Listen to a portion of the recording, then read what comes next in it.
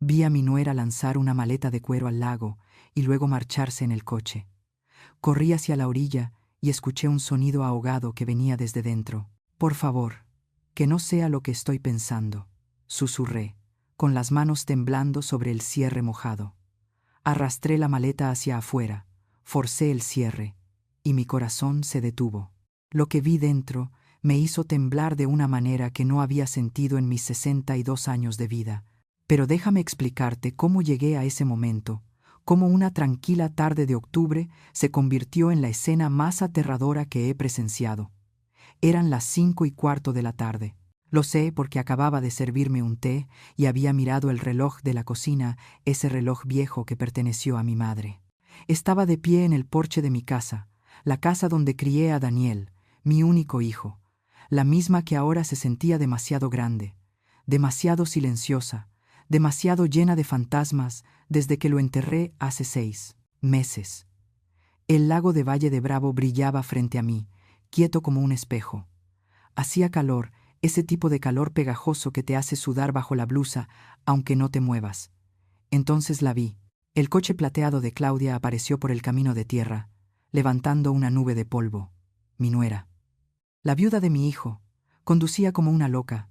El motor rugía de una forma extraña. Algo andaba mal, muy mal. Conocía ese camino. Daniel y yo solíamos recorrerlo cuando él era niño. Nadie manejaba así por ahí, a menos que estuviera huyendo de algo. Frenó de golpe junto a la orilla del lago. Las llantas patinaron. El polvo me hizo toser. Solté la taza. Se estrelló contra el piso del porche, pero no me importó. Mis ojos estaban fijos en ella. Claudia salió del coche como si un resorte la hubiera lanzado. Llevaba un vestido gris, el que Daniel le regaló por su aniversario, el cabello despeinado, el rostro enrojecido. Parecía que había estado llorando, o gritando, o ambas cosas. Abrió la cajuela con tanta fuerza que pensé que arrancaría la puerta. Y entonces la vi. La maleta. Esa maldita maleta de cuero café que yo misma le regalé cuando se casó con mi hijo. «Para que lleves tus sueños a donde vayas», le dije aquel día. Qué ingenua fui, qué ciega. Claudia la sacó del coche. Se notaba que pesaba. Lo supe por cómo se encorvó, por cómo le temblaban los brazos. Miró a su alrededor nerviosa, asustada, culpable. Jamás olvidaré esa mirada. Después caminó hacia la orilla del agua. Cada paso parecía una batalla, como si cargara el peso del mundo o algo peor. «Claudia», grité desde el porche, pero estaba demasiado lejos. O tal vez no quiso escucharme. Balanceó la maleta una vez, 2, y a la tercera la lanzó al lago. El sonido del impacto cortó el aire. Los pájaros salieron volando, el agua salpicó, y ella se quedó ahí, inmóvil, mirando cómo la maleta flotaba. Unos segundos, antes de empezar a hundirse. Entonces corrió. Corrió de regreso al coche, como si el mismo demonio la persiguiera. Encendió el motor. Las llantas chillaron, y se fue. Desapareció por el mismo camino, dejando solo polvo y silencio. Yo me quedé paralizada. 10 segundos, 20, 30. Mi mente intentaba procesar lo que acababa de ver. Claudia, la maleta, el lago, la desesperación en sus movimientos. Algo estaba terriblemente mal. Un escalofrío me recorrió la espalda, a pesar del calor. Mis piernas empezaron a moverse antes de que mi mente pudiera detenerlas. Corrí. Corrí como no lo había hecho en años. Mis rodillas se quejaban, el pecho me ardía. Pero no me detuve. Bajé los escalones del porche, crucé el patio, tomé el camino de tierra. Mis sandalias levantaban polvo. El lago estaba a unos 100 metros. Tal vez menos. Tal vez más. No lo sé. Solo sé que cada segundo parecía una eternidad. Cuando llegué a la palada orilla, ya no podía respirar.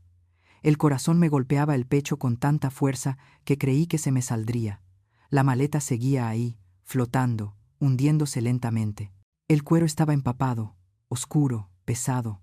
Entré al agua sin pensarlo. El lago estaba helado, mucho más de lo que imaginaba. Me llegó a las rodillas, luego a la cintura. El lodo del fondo se pegaba a mis pies, los succionaba. Casi pierdo una sandalia. Estiré los brazos. Atrapé una de las asas de la maleta. Tiré. Pesaba como si estuviera llena de piedras, o algo peor. No quería imaginar qué podía ser peor. Tiré con más fuerza. Los brazos me temblaban, el agua me salpicaba la cara. Por fin cedió. Empecé a arrastrarla hacia la orilla, y entonces lo escuché. Un sonido, débil, ahogado, viniendo desde adentro de la maleta. La sangre se me heló. No, no podía ser. Por favor, Dios mío, que no sea lo que estoy pensando, murmuré. Tiré con desesperación. Arrastré la maleta hasta la arena mojada de la orilla. Caí de rodillas junto a ella. Mis manos buscaban el cierre. Estaba atorado, húmedo, oxidado. Los dedos se me resbalaban. Vamos, vamos, vamos, repetía entre dientes apretados. Las lágrimas me nublaban la vista. Forcé el cierre una vez, dos, hasta que se abrió de golpe. Levanté la tapa, y lo que vi dentro hizo que el mundo entero se detuviera. El corazón dejó de latirme, el aire se atascó en mi garganta.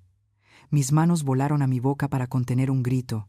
Allí, envuelto en una cobija azul claro empapada, había un bebé, un recién nacido, tan pequeño, tan frágil, tan quieto.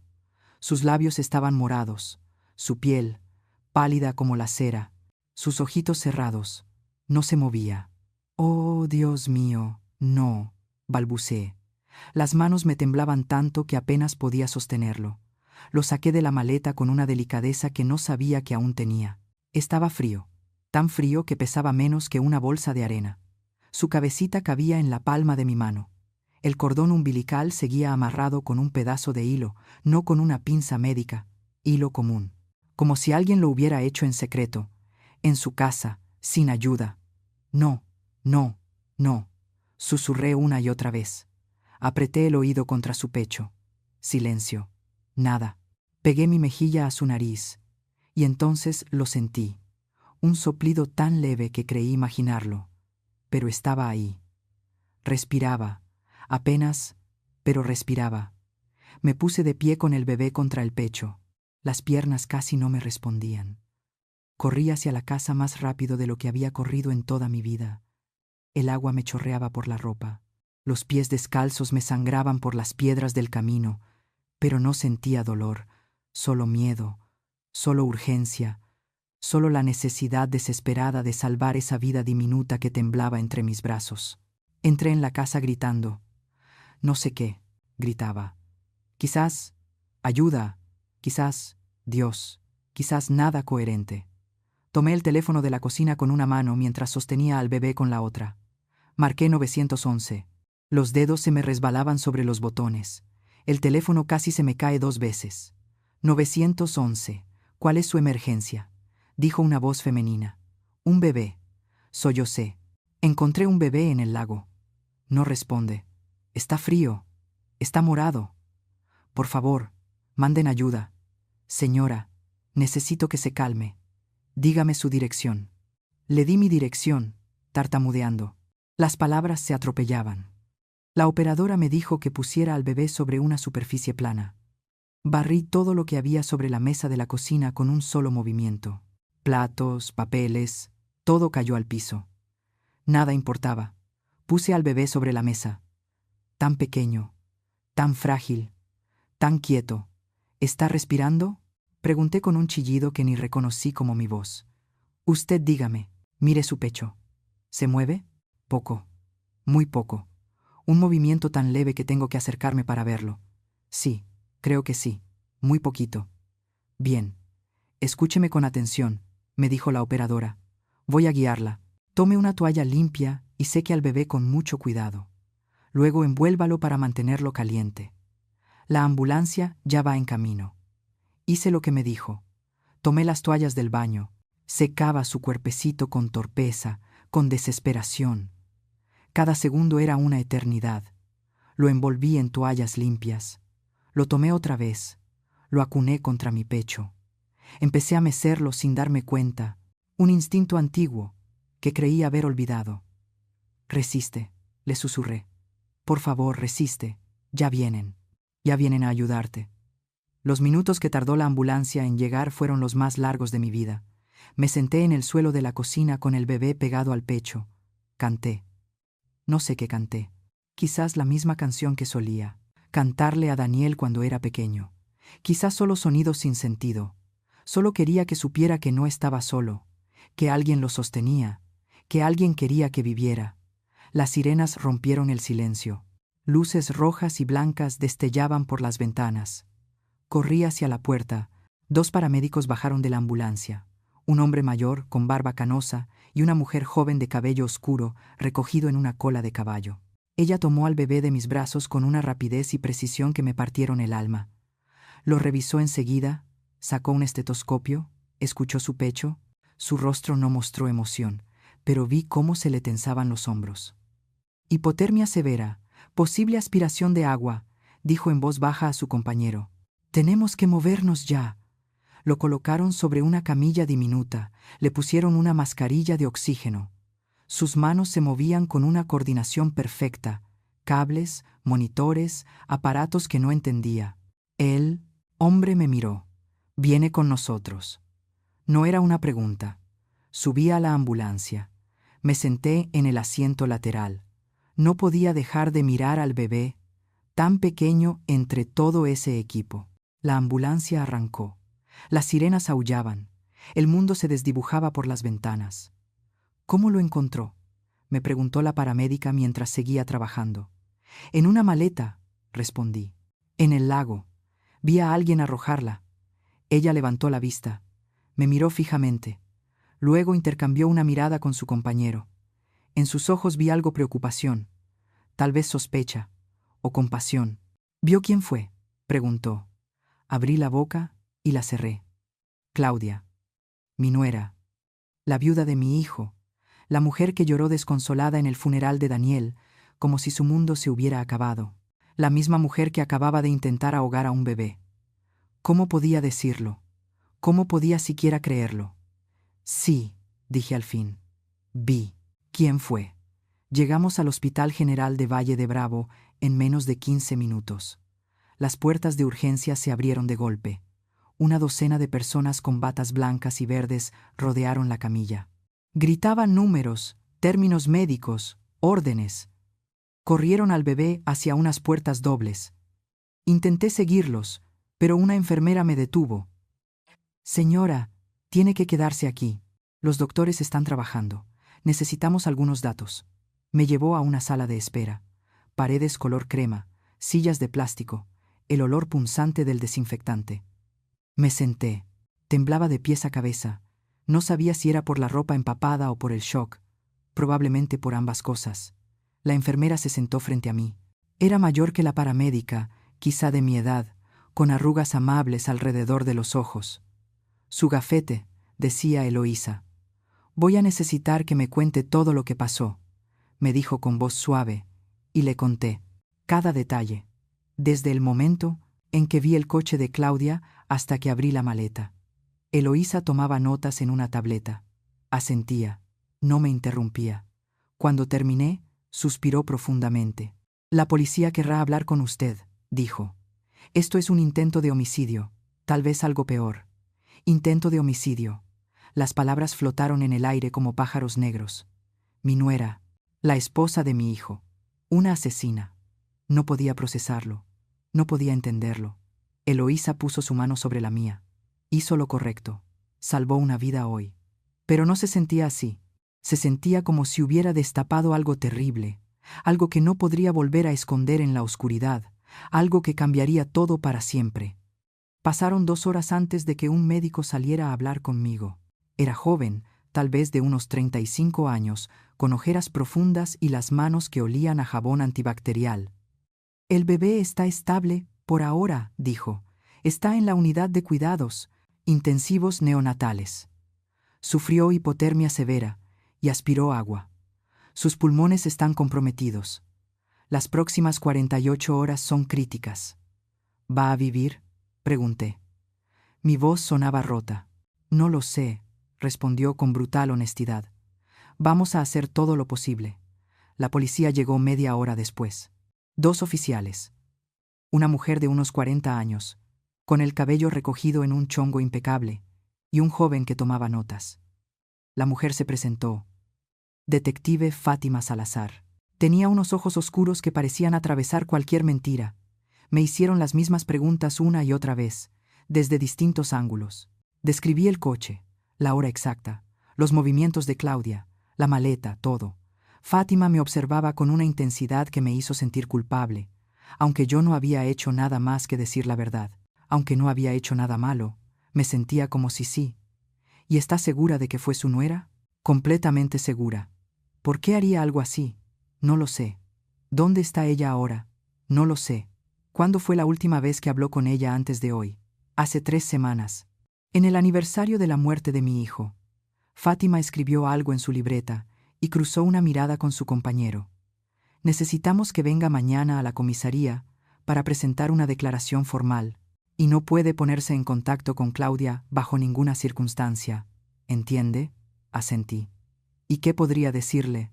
De todos modos, ¿por qué intentaste matar a un bebé? ¿Por qué lo lanzaste al lago como si fuera basura? ¿Por qué? Los oficiales se fueron. Eloísa regresó con una cobija y una taza de té caliente. Debe irse a casa, descansar un poco, cambiarse de ropa, me dijo. Pero no podía irme. No podía dejar solo a ese bebé en el hospital. Ese bebé que había sostenido contra mi pecho, que había exhalado su último aliento de esperanza en mis brazos. Me quedé en la sala de espera. Eloísa trajo ropa seca del almacén del hospital, pantalones de enfermera y una camiseta enorme. Me cambié en el baño. Me miré al espejo. Parecía haber envejecido 10 años en una sola tarde. No dormí esa noche. Me quedé en esa silla de plástico mirando el reloj. Cada hora me levantaba y preguntaba por el bebé. Las enfermeras siempre respondían lo mismo: estable, crítico, luchando.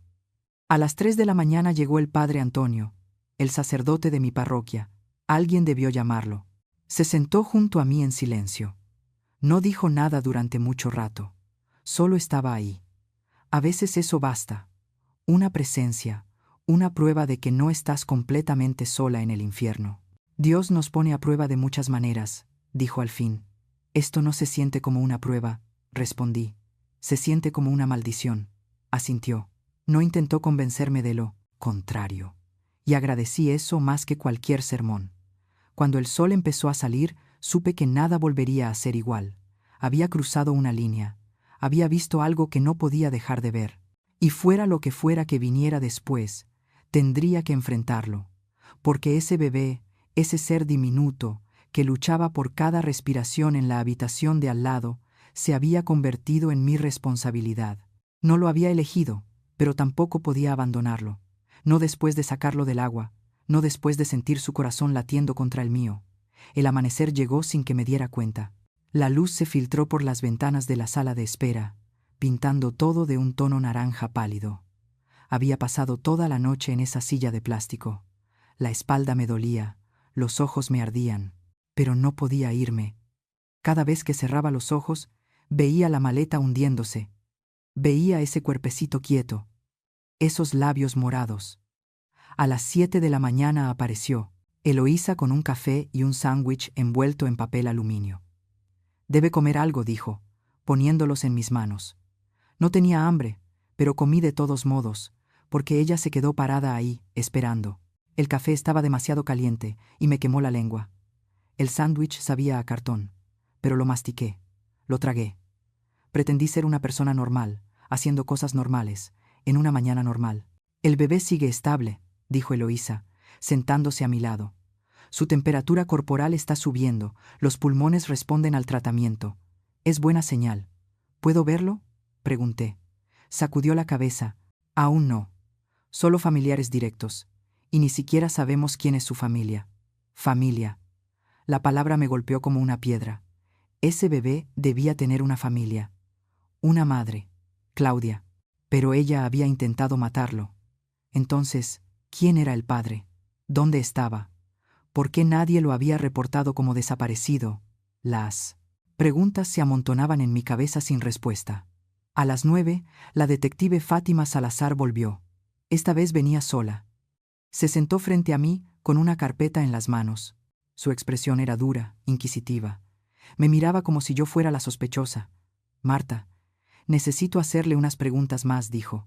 abriendo la carpeta. Ya le conté todo lo que sé. Lo sé, pero han surgido algunas inconsistencias. ¿Inconsistencias? La palabra flotó entre nosotras como una acusación. Sentí el estómago hacerse un nudo. ¿Qué tipo de inconsistencias? Fátima sacó una fotografía. La colocó sobre la mesa entre nosotras. Era el coche de Claudia, pero estaba en un estacionamiento, no junto al lago. Esta imagen fue tomada por una cámara de seguridad en un supermercado, a 30 metros de aquí, ayer a las 5:20 de la tarde. 5:20. 10 minutos después de cuando yo juraba haberla visto junto al lago. Imposible. Miré la foto más de cerca. Era su coche, con las mismas placas. No puede ser. Debe haber un error, dije. Yo la vi. Estuve ahí. La vi arrojar la maleta. ¿Está completamente segura de que era Claudia? ¿Qué tan cerca estaba? Tragué saliva. Unos 100 metros, quizá más. La vi de espaldas casi todo el tiempo. El vestido gris, el cabello oscuro, el coche plateado. Estaba segura, dije. Pero mi voz ya no sonaba tan firme. Fátima se inclinó hacia adelante. Marta, necesito que sea honesta conmigo. ¿Cuál es su relación con Claudia? ¿Se llevan bien? Y ahí estaba. La pregunta real, la que había estado esperando desde que llegó la policía. ¿Por qué no? Nunca nos llevamos bien. Desde el día en que Daniel me la presentó, supe que algo no estaba bien en ella. Demasiado perfecta, demasiado calculadora, demasiado interesada en el dinero que mi hijo ganaba como ingeniero. No somos cercanas, admití. ¿La culpa por la muerte de su hijo? ¿Qué? Mi voz sonó demasiado alta, demasiado defensiva. Es una pregunta simple, señora. ¿Culpa a Claudia por la muerte de Daniel? El accidente. Así lo llamaban todos. Daniel conducía de regreso a casa después de cenar con Claudia. Llovía. El coche patinó. Chocó contra un árbol. Daniel murió al instante. Claudia salió apenas con unos rasguños. Siempre me pareció extraño. Siempre me pareció demasiado conveniente. Pero nunca tuve pruebas. Solo era una madre rota, buscando a quién culpar. No veo qué tiene que ver eso con el bebé. Tiene todo que ver, dijo Fátima, cerrando la carpeta, porque no hemos podido localizar a Claudia. Desapareció. Su casa está vacía, su teléfono apagado, y usted es la única persona que asegura haberla visto ayer.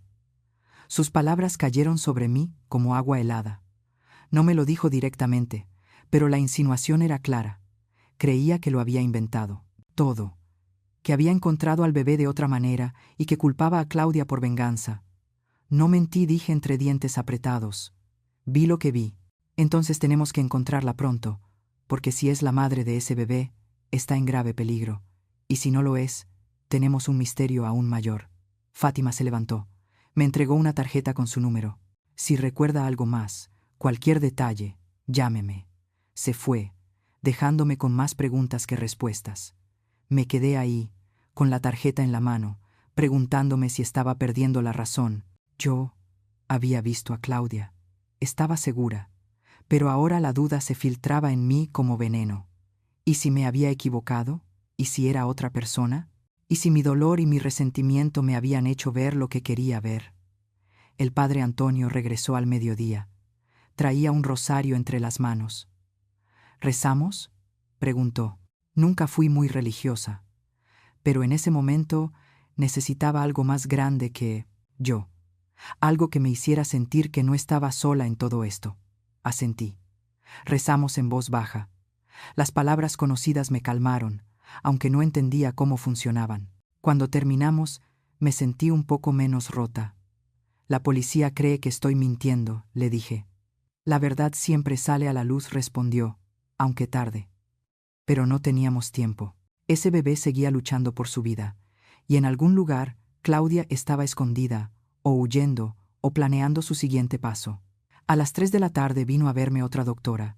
Era una mujer mayor, con lentes gruesos y una expresión severa. Necesitamos su consentimiento para hacerle unas pruebas al bebé, dijo. No soy familia. Lo sabemos, pero usted es la única persona responsable en este momento. El sistema DIF viene en camino. Pero mientras tanto, debemos actuar. El bebé necesita análisis de sangre. Tenemos que saber si tiene alguna condición médica, si estuvo expuesto a drogas. Sí, hay lesiones que no hemos detectado. Firmé los papeles, ni siquiera los leí completos. Solo quería que hicieran lo necesario para salvarlo. 2 horas después, llegó la trabajadora social. Alena se llamaba. Demasiado joven para ese trabajo, pensé. Tal vez 25 años. Cabello corto, traje gris, una sonrisa profesional que no llegaba a los ojos. Señora Marta, dijo, sentándose a mi lado. Necesito hacerle algunas preguntas sobre su situación. Entiendo que fue usted quien encontró al bebé. Otra vez la historia, otra vez las preguntas. Pero Alena era distinta. No me miraba con sospecha, sino con compasión, lo cual, de alguna manera, era peor. ¿Vive sola?, preguntó. Sí. ¿Tiene ingresos estables? Recibo la pensión de mi difunto esposo y tengo algunos ahorros. ¿Antecedentes penales? No. ¿Problemas de salud mental? ¿Depresión? ¿Ansiedad? Dude. Después de la muerte de Daniel, tomé antidepresivos por 3 meses. Mi médico dijo que era normal, que el duelo a veces necesita ayuda química. Los dejé cuando empecé a sentirme mejor. Tuve depresión después de la muerte de mi hijo, admití. Pero ya pasó. Alena escribió algo en su libreta. No pude ver qué. Cuando el bebé sea dado de alta, necesitará un hogar temporal, dijo. Si sobrevive, el DIF buscará familias de acogida certificadas. Mientras tanto, permanecerá bajo custodia del Estado. Custodia del Estado. Esas palabras me rompieron algo por dentro. Ese bebé que había sostenido contra mi pecho, que había respirado su primera bocanada de vida en mis brazos, sería entregado a desconocidos, a personas que lo verían solo como un expediente más, otro número. ¿Y si yo quisiera? Las palabras salieron antes de que pudiera detenerlas. ¿Y si yo quisiera cuidarlo? Alena me miró sorprendida, luego escéptica. Señora Marta, usted tiene 62 años. No es usted una madre de acogida certificada, dijo Alena con tono firme. No tiene ninguna relación legal con el bebé. Y además, está involucrada en una investigación penal activa. No hice nada malo, respondí, la voz quebrada. Le salvé la vida. Lo sé, dijo ella, pero el sistema tiene protocolos. El bienestar del menor es lo primero. Y, siendo franca, su edad y su situación emocional reciente son factores que debemos considerar. Sentí como si me hubieran abofeteado. Demasiado vieja, demasiado inestable, demasiado rota. Quizá tenía razón. Quizá era una locura siquiera pensarlo, pero cada vez que cerraba los ojos veía ese cuerpecito frágil y sabía que nadie en el mundo podría amarlo como yo. Esa noche volví a casa por primera vez en 36 horas. Eloísa me convenció. Me dijo que necesitaba ducharme, dormir en una cama de verdad, que el bebé estaría bien, que me llamarían si algo cambiaba. Conduje de regreso, mientras el sol caía. El lago de Valle de Bravo resplandecía a mi derecha. Me detuve en el mismo punto donde había visto a Claudia, donde había sacado la maleta. Bajé del coche. Caminé hasta la orilla. La maleta ya no estaba. La policía la había llevado como evidencia, pero podía ver con claridad el sitio exacto donde había estado. Incluso mis huellas aún marcaban el lodo seco. Me quedé ahí, mientras caía la oscuridad, preguntándome si algún día sabría la verdad. Preguntándome si Claudia me observaba desde algún lugar, preguntándome qué demonios había pasado en realidad. Entonces sonó mi teléfono. Era el hospital. El corazón se me detuvo. Señora Marta, era la voz de Eloísa. Necesita venir ahora mismo. Conduje de vuelta al hospital, rompiendo cada límite de velocidad. Las manos me temblaban en el volante. El corazón me latía tan fuerte que podía escucharlo por encima del motor. Eloísa no había dado detalles por teléfono. Solo había dicho esas 2 palabras: venga ahora. Y eso bastó para llenar mi cabeza con los peores escenarios. El bebé había muerto. Tenía que ser eso.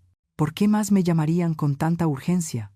Había luchado 2 días, y su pequeño cuerpo por fin se había rendido. No había sido suficiente. Yo no había sido suficiente. Había llegado demasiado tarde. Estacioné el coche torcido, ocupando 2 lugares. Corrí hacia las puertas de urgencias. Eloísa me esperaba en la entrada. Su expresión era seria, pero había algo más, algo que no alcanzaba a descifrar. «Está vivo», dijo enseguida, como si supiera exactamente lo que pensaba.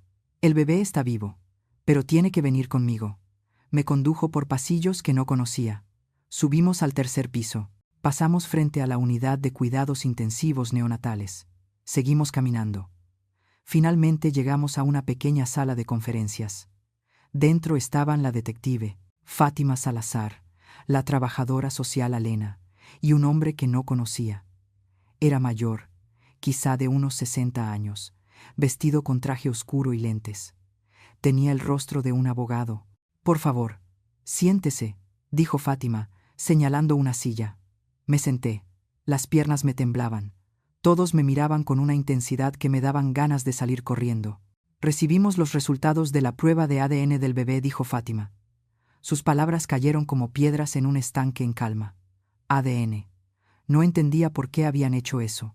¿Qué estaban buscando? ¿Por qué? Pregunté cuando el silencio se volvió insoportable.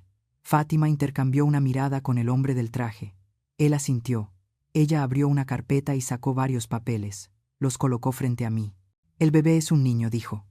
«Nació aproximadamente hace 3 días, según las pruebas médicas». Hizo una pausa. «Y, Marta, es su nieto». El mundo se detuvo.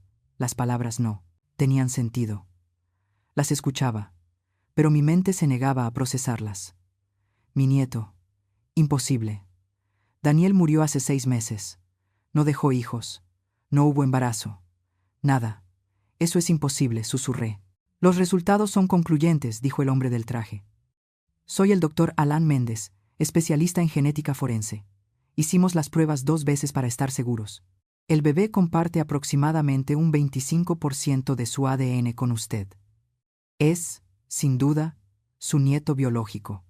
Hijo de su hijo Daniel, mi Daniel».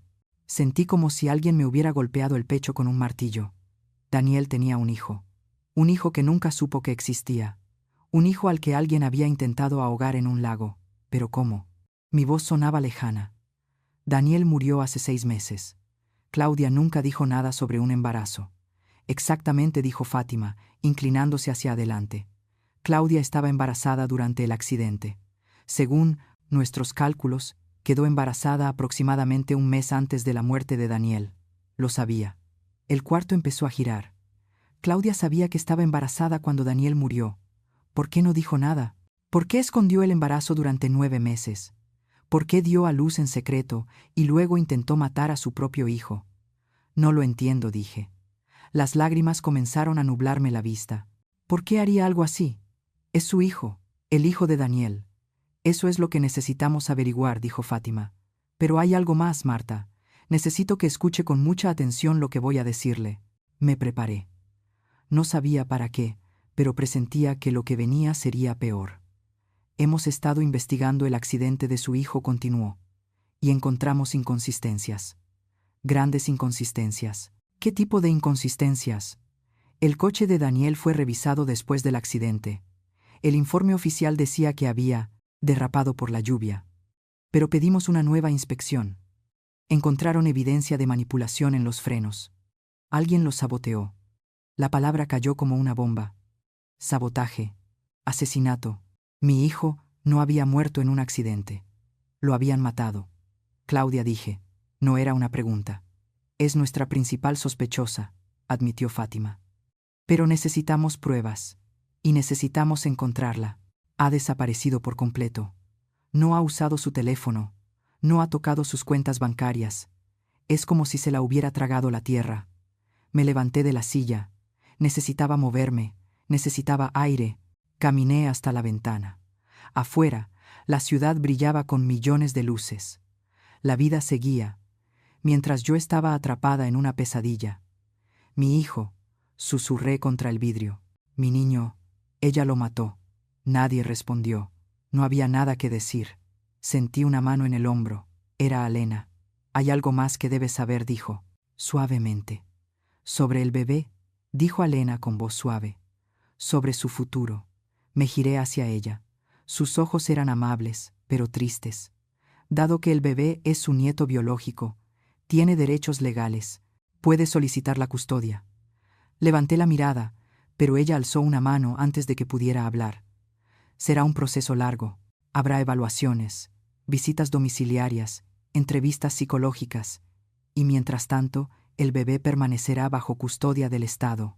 No. La palabra salió de mí como un rugido. No van a quitármelo. Es todo lo que me queda de Daniel. Es mi nieto. Es mi sangre.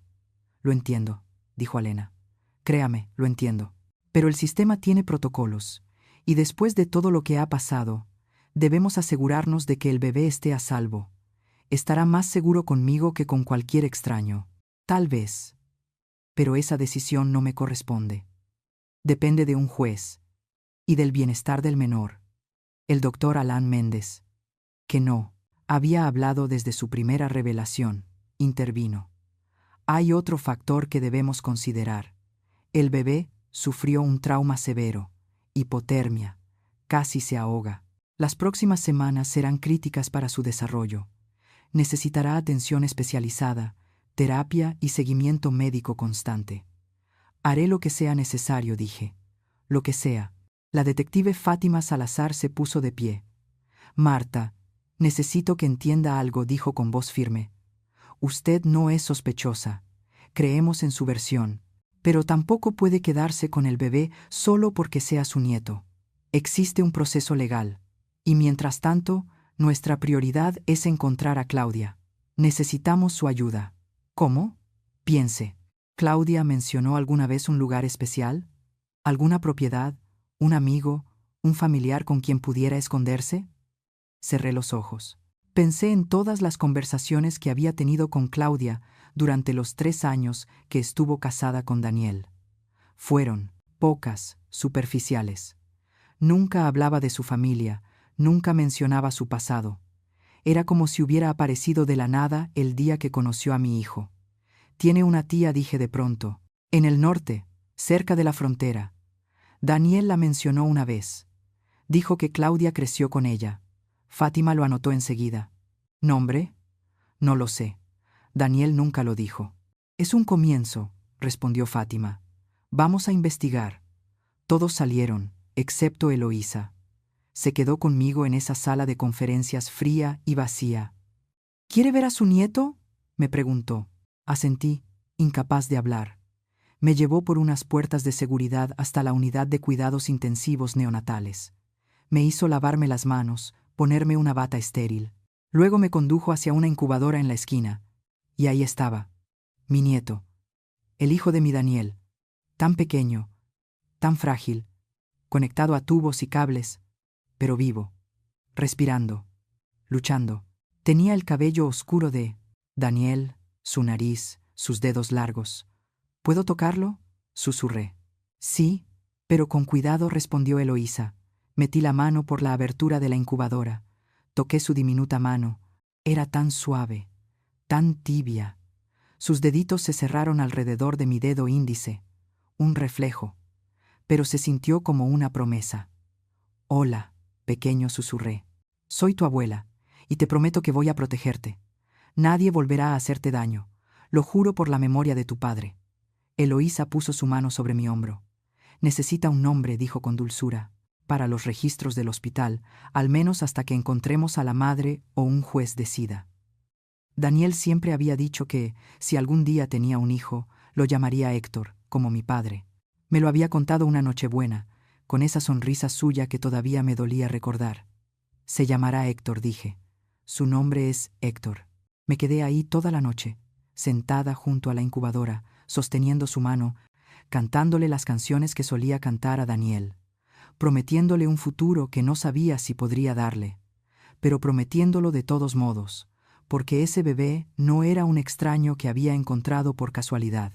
Era mi sangre, mi familia, todo lo que quedaba de mi hijo asesinado, y no iba a dejar que nadie me lo arrebatara, ni el sistema, ni Claudia, ni nadie.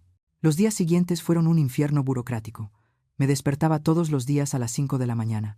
Me duchaba, me vestía, manejaba hasta el hospital y pasaba el día junto a la incubadora de Héctor. Por las tardes llegaban las visitas. Abogados, trabajadoras sociales, policías. Todos con carpetas, todos con preguntas. todos decidiendo si yo era lo bastante buena para criar a mi propio nieto. Alena apareció al tercer día con una lista de requisitos. Los leyó con voz monótona, como si recitara el manual de un electrodoméstico.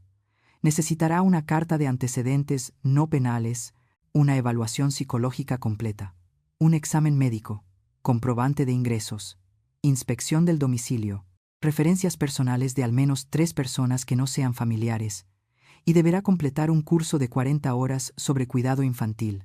40 horas, como si no hubiera criado ya a un hijo, como si no supiera cambiar un pañal o preparar un biberón.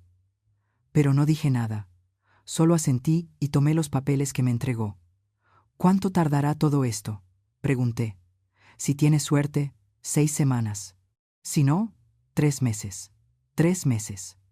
Héctor estaría en hogares temporales durante 3 meses, mientras yo saltaba por todos los aros del sistema para demostrar que merecía criarlo. ¿Y mientras tanto?, pregunté. Cuando sea dado de alta, respondió Alena, irá con una familia temporal certificada, recibirá cuidados adecuados. Usted podrá visitarlo 2 veces por semana, bajo supervisión. 2 veces por semana y bajo supervisión. Como si fuera un peligro. Como si no fuera yo quien lo había salvado de ahogarse. Esa noche llamé al padre Antonio. Necesitaba referencias, personas que dijeran que no estaba loca, que era capaz, que podía hacerlo. Él vino a mi casa al día siguiente. Se sentó en mi cocina, bebiendo el mismo té que solía preparar para Daniel cuando era niño. Por supuesto que te ayudaré, me dijo. Eres una de las mujeres más fuertes que conozco. Ese niño tiene suerte de tenerte. Pero yo no me sentía fuerte. Me sentía vieja, cansada, asustada. Tenía 62 años. ¿Cómo iba a correr detrás de un niño de 2 años cuando tuviera 64? ¿Cómo iba a ayudarle con la tarea cuando cumpliera 70? ¿Cómo iba a estar presente en su graduación si llegaba a los 80? Soy demasiado vieja para esto, dije en voz alta por primera vez. El padre Antonio me miró por encima de su taza. Sara tenía 90 años cuando dio a luz a Isaac. La edad es solo un número cuando hay amor de por medio. Quise creerle. De verdad lo intenté. Al cuarto día, Eloísa me enseñó cómo cuidar a Héctor, cómo sostener su cabecita, cómo cambiarle los diminutos pañales, cómo preparar su fórmula a la temperatura exacta. Las manos me temblaban al principio. Había olvidado lo frágiles que son los recién nacidos, lo dependientes, lo aterradoramente delicados. Lo está haciendo muy bien, me decía Eloísa cada vez que me veía entrar en pánico. Pero no se sentía bien. Se sentía como caminar sobre hielo delgado, un solo paso en falso y todo se rompería. Al quinto día, la detective Fátima Salazar regresó con noticias. Encontramos a la tía de Claudia, dijo. Vive en un pequeño pueblo a unos 160 kilómetros de la frontera. Fuimos a interrogarla. No ha visto a Claudia en 2 años. Dice que pelearon porque Claudia le debía dinero. 50,000 pesos. Nunca se los pagó. Dinero. Siempre terminaba en dinero con Claudia. Daniel ganaba bien como ingeniero, alrededor de 1,200,000 pesos al año. Tenía ahorros y un seguro de vida por 3,600,000 pesos. Y Claudia era la beneficiaria. ¿Cobró el seguro?, pregunté. Fátima asintió. Hace 4 meses, el depósito se hizo a su cuenta. 2 semanas después, transfirió todo a una cuenta en las Islas Caimán. Estamos intentando rastrearla, pero es complicado. 3,600,000 pesos. El precio de la vida de mi hijo. Y ella había escondido ese dinero en un paraíso fiscal mientras planeaba asesinar a su propio bebé. ¿Por qué?, pregunté, con la garganta hecha un nudo. ¿Por qué matar al bebé? Podía haberlo dado en adopción. Podía haberlo dejado en un hospital. ¿Por qué intentar ahogarlo? Fátima guardó silencio por un momento largo. Tenemos una teoría, dijo finalmente. Estuvimos investigando las finanzas de Daniel y encontramos algo interesante. 2 semanas antes de morir, cambió su testamento. Dejó todo a sus futuros hijos, no a Claudia, a sus hijos. El aire se me fue de los pulmones. Daniel lo sabía. De alguna manera, sabía que Claudia estaba embarazada y cambió su testamento para proteger a su hijo. Lo mató por dinero, susurré. Eso creemos, asintió Fátima. Y cuando descubrió que el dinero pasaría al bebé si nacía con vida, decidió eliminarlo también. La maldad pura de todo eso me dejó sin palabras. Había matado a mi hijo, había llevado el embarazo a término, había dado a luz en secreto, y luego había intentado ahogar a su propio bebé. Todo por dinero. ¿Tienen suficiente para arrestarla? Cuando la encontremos, sí. Pero sigue desaparecida, es lista, sabe que la estamos buscando. Los días se convirtieron en semanas. Héctor se fortalecía. Los médicos fueron retirando los tubos uno por uno. Comenzó a respirar por sí mismo, a alimentarse solo, a llorar con unos pulmones fuertes y sanos. Era un milagro médico, decían los doctores. Ningún bebé que hubiera pasado por lo que él pasó debería estar tan bien. Pero yo sabía que era más que medicina. Era voluntad. Era el espíritu de Daniel viviendo en ese pequeño cuerpo, luchando, sobreviviendo, negándose a rendirse. Completé todos los requisitos. La revisión de antecedentes salió limpia. El examen médico mostró que estaba saludable para mi edad. La evaluación psicológica fue la más difícil. Una joven con lentes me hizo preguntas durante 3 horas. ¿Cómo enfrentó la muerte de su hijo? ¿Qué siente por Claudia? ¿Está intentando reemplazar a Daniel con este bebé? Esa última pregunta me hizo hervir la sangre. No estoy reemplazando a nadie, respondí. Estoy salvando a mi nieto. Es diferente. Ella escribió algo. No supe si era bueno o malo. La inspección de la casa fue humillante. 2 mujeres revisaron cada rincón. Abrieron los closets.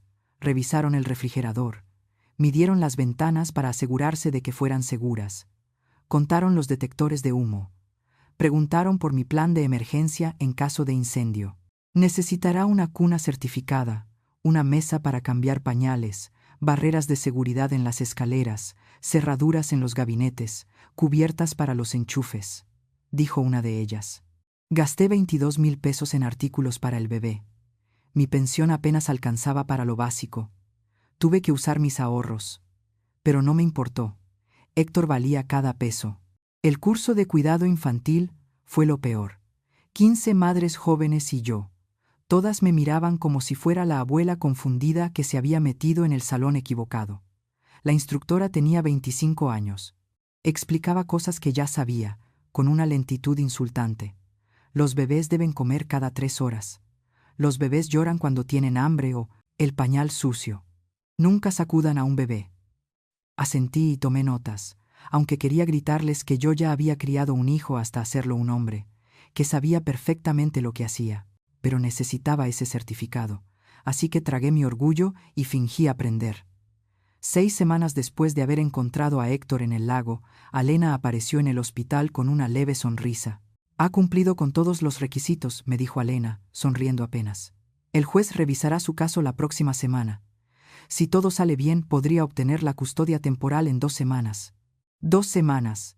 Después de 42 días de infierno burocrático, por fin podría llevar a mi nieto a casa. Pero esa misma noche, cuando todo parecía empezar a mejorar, sonó mi teléfono. Era Fátima. Su voz sonaba tensa. Marta, necesito que venga a la comisaría ahora mismo. Encontramos algo sobre Daniel que necesita ver. Llegué a la estación con el estómago hecho un nudo. Fátima me esperaba en la entrada, más seria de lo habitual. Me condujo por pasillos angostos hasta una sala de interrogatorios. Sobre la mesa había una caja de cartón. Dentro reconocí las pertenencias de mi hijo, su cartera, su reloj, su teléfono roto, las mismas cosas que me habían devuelto después del accidente. ¿Qué es esto?, pregunté. Por fin logramos desbloquear su teléfono, dijo Fátima. Nuestro técnico trabajó semanas en eso y encontramos algo. Sacó un sobre manila, lo abrió y extendió sobre la mesa varias hojas impresas. Eran capturas de mensajes de texto entre Daniel y Claudia, fechadas 2 semanas antes de su muerte. Leí el primero. Era de Daniel para Claudia. Tenemos que hablar. Sé lo del bebé. La respuesta de ella. No sé de qué estás hablando. Daniel de nuevo. Encontré la prueba de embarazo en el baño. ¿Por qué no me lo dijiste? 3 horas de silencio. Y luego, Claudia. No estaba lista para decírtelo. Tenía miedo. ¿Miedo de qué? Soy tu esposo. Vamos a ser padres. Es algo maravilloso. Otro silencio. Y después, las palabras que me dejaron sin aliento. No quiero tenerlo. Sentí como si me hubieran golpeado en el pecho. Seguí leyendo, las manos temblorosas. Daniel, ¿qué quieres decir con que no quieres tenerlo? Claudia, no estoy lista. No quiero ser madre. Quiero viajar, vivir, no estar atada a un bebé. Daniel, es nuestro hijo. Claudia, es un error. Daniel, no digas eso, por favor. Podemos hacerlo funcionar. Yo te ayudaré. Mi mamá también. Claudia, no quiero ayuda. Quiero mi vida de vuelta. Los mensajes se volvían más intensos. Él suplicando, ella resistiéndose. Hasta que llegué al último intercambio, un día antes del accidente. Daniel, hablé con un abogado. Si decides no tener al bebé, me divorciaré de ti. Y si lo tienes y no quieres, criarlo. Lucharé por la custodia total. No voy a dejar que lastimes a mi hijo. Claudia, te vas a arrepentir. Daniel, eso es una amenaza. No hubo respuesta. Al día siguiente, Daniel estaba muerto. Dejé caer los papeles. Las lágrimas me corrían por la cara sin control. Ella lo mató, dije. Lo mató porque iba a proteger al bebé. Eso creemos, respondió Fátima. Y hay más. Revisamos los registros telefónicos de Claudia de esa semana. Hizo 3 llamadas a un mecánico independiente, Carlos Medina. Lo trajimos a declarar. ¿Y qué dijo?, pregunté. Nada al principio, pero cuando le mostramos evidencia de las transferencias bancarias que Claudia le hizo 35,000 pesos el día antes del accidente, empezó a hablar. Admitió que ella le pagó para sabotear los frenos del coche de Daniel. Sentí náuseas. Tuve que sentarme. Claudia había planeado todo. Había contratado a alguien para matar a mi hijo, y lo había hecho parecer un accidente. ¿Por qué lo hizo Carlos? Deudas, respondió Fátima. Apostaba. Le debía 250,000 pesos a gente peligrosa. Claudia le ofreció 35,000 al instante y otros 50,000 después. Él aceptó. Ahora está detenido como cómplice de homicidio. ¿Y Claudia? Tenemos una orden de arresto por homicidio calificado y tentativa de homicidio, pero sigue prófuga. Es como un fantasma. Me quedé sentada en aquella sala helada, intentando procesarlo todo. Mi hijo había muerto tratando de proteger a su bebé, y ese bebé ahora luchaba por su vida porque su propia madre también había intentado matarlo. La crueldad de todo eso era insoportable. ¿Qué pasa ahora?, pregunté. Seguimos buscándola, dijo Fátima. Tenemos su foto en todos los aeropuertos, en cada frontera, alertas en hospitales por si intenta cambiar de apariencia. Alguien la reconocerá tarde o temprano. Nadie desaparece para siempre. Pero yo no estaba tan segura. Claudia había demostrado ser más inteligente y fría de lo que imaginaba. Si había planeado el asesinato de mi hijo con tanto detalle, seguramente tenía un plan de fuga igual de meticuloso. Esa noche volví al hospital. Me senté junto a la incubadora de Héctor. Lo observé dormir, tan inocente, tan ajeno al horror que lo rodeaba. Su sola existencia le había costado la vida a su padre. Su madre había intentado matarlo, y yo era lo único que se interponía entre él y un sistema que lo vería como un número más en un expediente. Tu papá te amaba, le susurré. Murió protegiéndote, y yo voy a terminar lo que él empezó. Te lo prometo. Eloísa apareció con café. Se sentó a mi lado en silencio durante un rato. Escuché sobre los mensajes, dijo al fin. Lo siento mucho. No sabía que Daniel podía ser tan fuerte, le respondí. Siempre fue dulce, amable. Pero en esos mensajes, era un guerrero, un hombre dispuesto a luchar por su hijo. El amor hace eso, dijo ella. Te vuelve más fuerte de lo que creías posible. Tenía razón. Yo lo estaba sintiendo en carne propia. Nunca me consideré especialmente fuerte, pero ahora estaba luchando contra el sistema, contra el tiempo, contra una asesina fugitiva, todo por este bebé. Los días siguientes se convirtieron en preparación. Convertí el cuarto de Daniel en un cuarto para Héctor. Quité los pósters de bandas de rock, los trofeos de fútbol, las fotos de la universidad, pinté las paredes de un amarillo suave. Coloqué la nueva cuna, el cambiador y el móvil musical que tocaba nanas. Fue doloroso desmantelar el santuario de mi hijo, pero era necesario.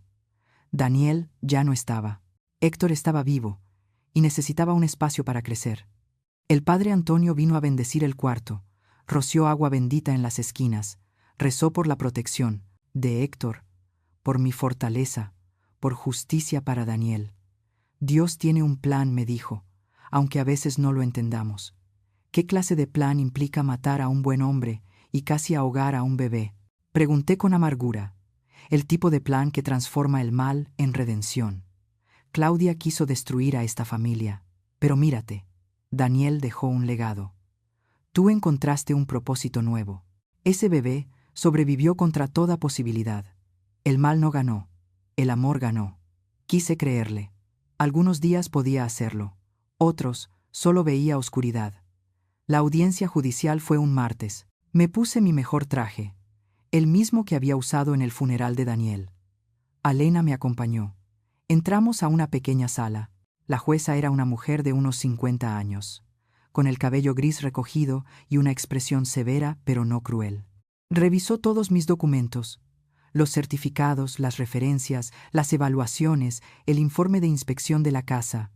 Leyó cada página con una atención minuciosa. Finalmente, levantó la mirada. Señora Marta dijo, he revisado su caso con cuidado. Es poco común. Una mujer de 62 años solicitando la custodia de un recién nacido. Pero también es poco común que una abuela salve a su nieto de morir ahogado. Mi corazón latía tan fuerte que estaba segura de que todos podían oírlo. He hablado con el hospital, con los trabajadores sociales, con sus referencias, y todos dicen lo mismo, que es usted dedicada, amorosa, capaz, y que ese bebé tuvo suerte de que usted estuviera allí ese día. Sentí las lágrimas subir, pero las contuve. También he leído sobre el caso penal, sobre la sospecha de que la madre del bebé asesinó a su esposo y luego intentó matar al niño. Es horrible, impensable. Ese niño necesita estabilidad, necesita amor, necesita a alguien que lo proteja. Una pausa, larga, eterna. Por lo tanto, le otorgo la custodia temporal a la señora Marta por un periodo de 6 meses. Durante ese tiempo, habrá visitas mensuales de servicios sociales, evaluaciones de progreso, y al término de los 6 meses revisaremos si la custodia se vuelve permanente. Felicidades, abuela. El mazo golpeó, y de pronto pude volver a respirar. Lloré ahí mismo, en la sala del tribunal. Lloré de alivio, de gratitud, de miedo, de todo. Alena me abrazó. Lo logró, susurró. Va a poder llevárselo a casa. 3 días después, 6 semanas después de sacarlo del lago, llevé a Héctor a casa. Eloísa me ayudó a colocarlo en el asiento del coche. Me explicó todo de nuevo. Cómo sostenerlo, cómo alimentarlo, cómo detectar signos de alarma. Va a estar bien, me dijo. Y estoy a una llamada de distancia si me necesita. Conduje despacio, a 30 kilómetros por hora. Cada bache me aterraba. Cada auto que se acercaba parecía una amenaza. Pero llegamos sanos y salvos. Entré a la casa con Héctor en brazos. Lo llevé a su cuarto. Lo acosté en su cuna. Se veía tan pequeño en ese espacio, tan vulnerable. Pero respiraba. Estaba vivo. Estaba a salvo, por ahora. Las primeras semanas con Héctor en casa fueron las más duras de mi vida. Había olvidado lo agotador que es cuidar a un recién nacido. Las noches sin dormir, el llanto inexplicable, el miedo constante de estar haciendo algo mal. A los 30, crié a Daniel con energía juvenil. A los 62, cada noche en vela me dejaba destrozada, pero también hubo momentos de pura magia. Cuando Héctor me tomaba el dedo con su manita diminuta, cuando dejaba de llorar al oír mi voz, cuando abría esos ojos oscuros idénticos a los de Daniel y me miraba como si yo fuera su mundo entero. En esos momentos, sabía que cada segundo de cansancio valía la pena. Eloísa venía 3 veces por semana. Me enseñaba trucos que ya había olvidado, cómo hacerlo, eructar más fácilmente, cómo envolverlo bien para que durmiera mejor, cómo interpretar sus diferentes tipos de llanto. Se convirtió en más que una enfermera. Era una amiga, una salvavidas. Está haciendo un trabajo increíble, me decía cada vez. Pero yo no me sentía increíble. Me sentía aterrada. Cada ruido extraño en la noche me hacía brincar. Cada coche que pasaba despacio frente a la casa me ponía nerviosa. Claudia seguía allá afuera, en alguna parte. Y aunque la policía decía que probablemente había huido del país, no podía sacudirme la sensación de que estaba cerca, observando, esperando. Instalé cerraduras nuevas en todas las puertas, cámaras de seguridad en el porche y una alarma conectada directamente con la policía. Gasté otros 14,000 pesos que no tenía, pero la seguridad de Héctor no tenía precio. Una noche, 3 semanas después de haberlo traído a casa, encontré algo. Estaba ordenando las cosas de Daniel que había guardado en cajas, su ropa, sus libros, sus papeles. En el fondo de una de ellas hallé un cuaderno de cuero marrón, desgastado. No sabía que Daniel llevaba un diario. Lo abrí con las manos temblorosas. Las primeras páginas eran de años atrás, pensamientos sobre su trabajo, sus amigos, nada importante. Pero luego llegué a las entradas del último año, del año en que conoció a Claudia. Conocí a alguien hoy, decía una nota de hace 4 años. Se llama Claudia. Es hermosa, inteligente, misteriosa. Hay algo en ella que no logro descifrar. Me intriga. Así comenzaba una de las primeras entradas del diario de Daniel. Seguí leyendo. Las notas sobre Claudia se volvían cada vez más frecuentes. Daniel estaba enamorado, completamente cautivado, pero también había dudas. A veces siento que en realidad no la conozco. Nunca habla de su familia. Cuando le pregunto, cambia de tema. Es como si su vida hubiera comenzado el día en que nos conocimos. Otra entrada. Encontré a Claudia revisando mis estados de cuenta. Dijo que solo tenía curiosidad, pero algo no se sintió bien. ¿Por qué miraría eso, sin preguntar antes? Y luego, la que me heló la sangre. Fechada 1 mes antes de su muerte. Claudia está embarazada. Encontré la prueba, pero cuando la enfrenté, se puso furiosa. Dijo que no lo quería, que arruinaría su vida. ¿Cómo puede decir eso? Es nuestro hijo. Hoy cambié mi testamento. Todo será para el bebé. No confío en Claudia con el dinero. No después de ver cómo gasta. Los zapatos de 10,000 pesos, las bolsas de 20,000. Siempre quiere más. Pero un bebé no es un accesorio. Es una vida. Y voy a protegerla sin importar el costo. Las lágrimas cayeron sobre las páginas, borrando un poco la tinta. Daniel lo sabía. Sabía que algo no estaba bien con Claudia. Sabía que el dinero era lo único que le importaba. Y había tomado medidas para proteger a su hijo. Medidas que le costaron la vida. La última entrada era del día en que murió. Claudia me amenazó hoy. Dijo que me arrepentiría de presionarla por el bebé. No sé qué significa eso, pero me da miedo. Mañana voy a hablar con mamá. Contarle todo. Tal vez ella pueda ayudarme a decidir qué hacer. Solo sé que no puedo dejar que Claudia lastime a nuestro hijo. Lo protegeré siempre. Nunca tuvo la oportunidad de hablar conmigo. Murió esa misma noche.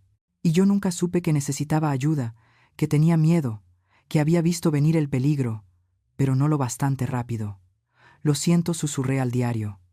Lo siento tanto, hijo mío. Debí haber notado algo. Debí ver que algo estaba mal. Pero no podía cambiar el pasado. Solo podía proteger el futuro. Al día siguiente llevé el diario con Fátima. Lo leyó completo, y su mandíbula se endurecía con cada página. Esto es evidencia crucial, dijo. Demuestra premeditación. Demuestra el motivo. Cuando encontremos a Claudia, esto la va a enterrar. ¿Y cuándo la van a encontrar?, pregunté. Han pasado casi 2 meses, Fátima. Estamos haciendo todo lo posible, respondió. Pero es lista. Probablemente usó documentos falsos para salir del país. Podría estar en cualquier lugar. 3 días después, todo cambió. Estaba alimentando a Héctor cuando sonó el teléfono. Un número desconocido. Casi nunca contesto, pero algo me hizo hacerlo. Bueno, dije. Silencio. Respiración. Y luego una voz que reconocí al instante. Marta. Claudia. La sangre se me heló. Casi dejé caer a Héctor. Miré a mi alrededor, como si pudiera estar escondida entre las sombras. ¿Dónde estás?, logré decir. No importa dónde. Lo que importa es que tengo algo que tú quieres. Y tú tienes algo que yo quiero. No tienes nada que yo quiera. Tengo la verdad sobre lo que realmente pasó con Daniel. sobre por qué hice lo que hice. Apuesto a que quieres saberlo. Ya sé la verdad. Leí el diario de Daniel. Sé que lo mataste por dinero. Sé que eres un monstruo. Una risa seca, sin humor. Monstruo. Qué dramática. No sabes nada, Marta. Daniel no era el santo que tú crees. Ni se te ocurra, grité. Ni se te ocurra hablar mal de mi hijo. Está bien, respondió con desdén. Vas a llamar a la policía, ¿no? Hazlo. Para cuando rastreen esta llamada, ya me habré ido. Uso teléfonos desechables. No soy estúpida. Mi mente corría. Tenía que mantenerla hablando, tenía que grabar esto de alguna manera. Puse el altavoz. Con la mano libre busqué mi otro celular. Empecé a grabar. ¿Qué quieres, Claudia? Quiero a mi hijo. Tu hijo. Intentaste ahogarlo. Fue un error. Un momento de locura. Estaba asustada, confundida. Acababa de dar a luz sola. No sabía lo que hacía. Pero ahora estoy mejor. Quiero a mi bebé de vuelta. Jamás dije con firmeza. Preferiría morir antes. Eso se puede arreglar, respondió con una calma escalofriante. Escucha con atención. Quiero a Héctor y quiero el dinero del testamento de Daniel. Los 3.600.000 pesos del seguro, más todo lo que Daniel dejó en el fideicomiso del bebé. Otros 5,5 millones. 9 millones en total. Todo lo que mi hijo había trabajado, todo lo que había ahorrado, todo lo que había destinado a su hijo. ¿Y si me niego? Entonces iré por él. Soy su madre biológica. Legalmente tengo más derechos que tú. Y cuando por fin me atrapen, voy a decir que tú me robaste al bebé, que me amenazaste, que inventaste toda la historia del lago para quedarte con él. Será mi palabra contra la tuya. Y soy más joven, más creíble, más víctima, dijo con veneno. Me sentí enferma, pero seguí grabando. ¿Cómo sé que no nos matarás a los dos y te quedarás con todo? No lo sabes. Pero es tu única opción. Lleva al bebé y el dinero al viejo almacén junto al lago, donde tú y Daniel solían pescar. Mañana a medianoche, sola. Si veo un solo policía, desaparezco. Y tarde o temprano, encontraré la forma de quitarte a Héctor de todos modos. Claudia, espera. Pero la línea ya estaba muerta. Me quedé ahí, temblando, con Héctor en un brazo y el teléfono en el otro. Tenía la grabación. Tenía pruebas de que Claudia estaba viva, de que me había amenazado. Llamé a Fátima de inmediato. Le envié el audio a Fátima. Perfecto, me dijo. Esto es exactamente lo que necesitábamos. Ahora vamos a tenderle una trampa. Vas a ir a esa cita, pero nosotros estaremos ahí, escondidos, esperando. Y cuando aparezca, la atraparemos. ¿Y si algo sale mal? Pregunté. ¿Y si me ve con la policía y vuelve a escapar? No nos verá, aseguró con firmeza. Te prometo que habrá francotiradores en posición, equipos ocultos en las sombras. Esta vez no se va a escapar. ¿Y Héctor? Héctor se queda con Eloísa, en un lugar seguro. Tú no lo vas a llevar. Solo vas a fingir que lo traes contigo. Asentí, aunque ella no podía verme. Un día más. Solo tenía que sobrevivir un día más. Y Claudia finalmente enfrentaría la justicia. Por Daniel, por Héctor, por todo el dolor que había causado. Esa noche no dormí. Me quedé despierta mirando a Héctor mientras dormía, memorizando cada detalle de su carita, por si acaso, por si algo salía mal, por si nunca volvía a verlo. Tu papá te amaba, le susurré, y yo también te amo. Mañana vamos a asegurarnos de que estés a salvo para siempre. El día siguiente pasó en cámara lenta. Cada minuto parecía una hora. Cada hora, una eternidad. A las 9 de la mañana, Eloísa llegó por Héctor. Empaqué su bolsa como si se fuera una semana. Pañales, fórmula, ropita extra, su cobija favorita. Mis manos temblaban mientras colocaba cada cosa. Va a estar perfectamente bien conmigo, dijo Eloísa, cargando al bebé. Tengo tu número. La policía tiene mi dirección. Nadie va a tocarlo, te lo prometo. La besé en la frente. Luego besé a Héctor. Su piel suave olía a loción de bebé y a esperanza. Te amo, pequeño, le susurré. Tu abuela volverá pronto. Los vi irse. El coche de Eloísa desapareció al final de la calle, y sentí como si me arrancaran un pedazo del alma. pero era necesario. Héctor debía estar lejos, seguro, por si todo salía mal. Fátima llegó a las 2 de la tarde con 3 oficiales más, 2 hombres y una mujer, todos vestidos de civil, todos armados. Convirtieron mi sala en un centro de operaciones, laptops, radios, mapas del área alrededor del viejo almacén. Repasemos el plan, dijo Fátima, extendiendo un mapa sobre mi mesa del comedor. El almacén está aquí, abandonado hace 5 años. Tiene 3 entradas, principal, lateral y trasera. Tendremos equipos cubriendo las 3. Tú entrarás por la principal, exactamente a medianoche, señaló con un marcador rojo. Francotiradores aquí y aquí, en los techos de los edificios contiguos. Tendrán una vista clara del interior a través de las ventanas rotas. Equipos de asalto, aquí, atrás, listos para moverse en cuanto tengamos confirmación visual de Claudia. ¿Y yo qué hago exactamente?, pregunté. Mi voz sonaba más firme de lo que me sentía. Entras, hablas con ella, la mantienes hablando. Necesitamos que confiese, que admita que mató a Daniel, que intentó matar a Héctor. Vas a llevar un micrófono oculto. Grabaremos todo. Uno de los agentes, un hombre alto de unos 30 años, sacó un pequeño dispositivo del tamaño de un botón. Esto va en tu ropa. Aquí señaló justo debajo de mi cuello. Transmite todo en tiempo real. También tiene un botón de pánico.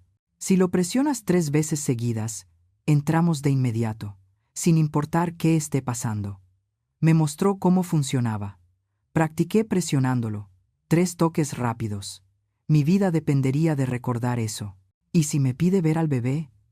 Le dices que está en el coche, que primero quieres hablar, que quieres entender por qué hizo lo que hizo. Apela a su ego. A las personas como Claudia les encanta hablar de sí mismas. Deja que se jacte, que presuma lo lista que fue. Pasamos las siguientes horas repasando cada detalle, cada escenario posible. ¿Qué hacer si Claudia estaba armada? ¿Qué hacer si no estaba sola? ¿Qué hacer si algo salía mal? Mi cabeza daba vueltas con tanta información. A las 8, me obligaron a comer un sándwich de jamón que sabía a cartón, pero lo tragué entero. Necesitaba energía. Tenía que estar alerta. A las 10 me colocaron el micrófono. Probaron el audio una y otra vez. Me hicieron repetir frases, contar hasta 10, gritar, susurrar, asegurándose de que todo funcionara a la perfección. Recuerda, dijo Fátima, mirándome directo a los ojos, no estás sola ahí dentro. Escucharé cada palabra. El equipo estará a pocos metros. Al menor signo de peligro real, entraremos. No dejaré que te pase nada. Asentí. Quería creerle, pero el miedo era una serpiente fría enroscada en mi estómago. A las 11:15 de la noche salimos. Conduje mi propio coche. Fátima iba en el asiento del copiloto, agachada, para que no la vieran desde fuera. Los otros equipos ya están en posición, me informó por radio. Francotiradores listos. Equipo trasero preparado. Perímetro asegurado. Llegamos al almacén a las 11:40 de la noche. Era exactamente como lo recordaba. Viejo, descascarado, con las ventanas rotas y las paredes llenas de grafitis. Daniel y yo solíamos venir aquí cuando era niño. Pescábamos desde el muelle que quedaba detrás. Tiempos más simples, tiempos más felices. Fátima bajó del coche en un punto ciego, fuera del alcance de las supuestas cámaras de Claudia. Desapareció entre las sombras. Yo me quedé sola. Miré el reloj. 11:55. Cerré los ojos. Pensé en Daniel, en su sonrisa, en la forma en que me decía mamá con ese tono lleno de cariño. Pensé en cómo habría sido verlo convertirse en padre. Pensé en Héctor, en su futuro, en todo lo que merecía tener. Una vida sin miedo, sin amenazas, sin sombras. Medianoche. El teléfono vibró. Un mensaje de un número desconocido. Entra sola. Ahora. Salí del coche. El aire de la noche era frío. Podía ver mi aliento. Caminé hacia la puerta principal del almacén. Cada paso sonaba demasiado fuerte en aquel silencio. La puerta estaba entreabierta. La empujé. Chirrió. El sonido retumbó entre las paredes vacías. Dentro casi no había luz. Solo unos rayos de luna se colaban por las ventanas rotas, dibujando sombras extrañas. Claudia, llamé. Mi voz sonó pequeña, asustada. Cierra la puerta, dijo una voz desde las sombras, su voz. Cerré la puerta. Mis ojos se fueron acostumbrando a la oscuridad y entonces la vi. Estaba de pie en el centro del almacén, vestida con ropa negra, jeans oscuros, sudadera con capucha. Se veía diferente, más delgada, el cabello corto, teñido de rubio, pero era ella. Viniste, dijo, casi sorprendida. Dijiste que querías hablar, contesté. Dije que quería a mi hijo y el dinero. ¿Dónde están? Quiero respuestas primero. Quiero saber por qué. ¿Por qué mataste a Daniel? ¿Por qué intentaste matar a Héctor? Soltó una carcajada fría, igual a la que escuché por teléfono. ¿Por qué crees, Marta? Por dinero. Siempre fue por dinero.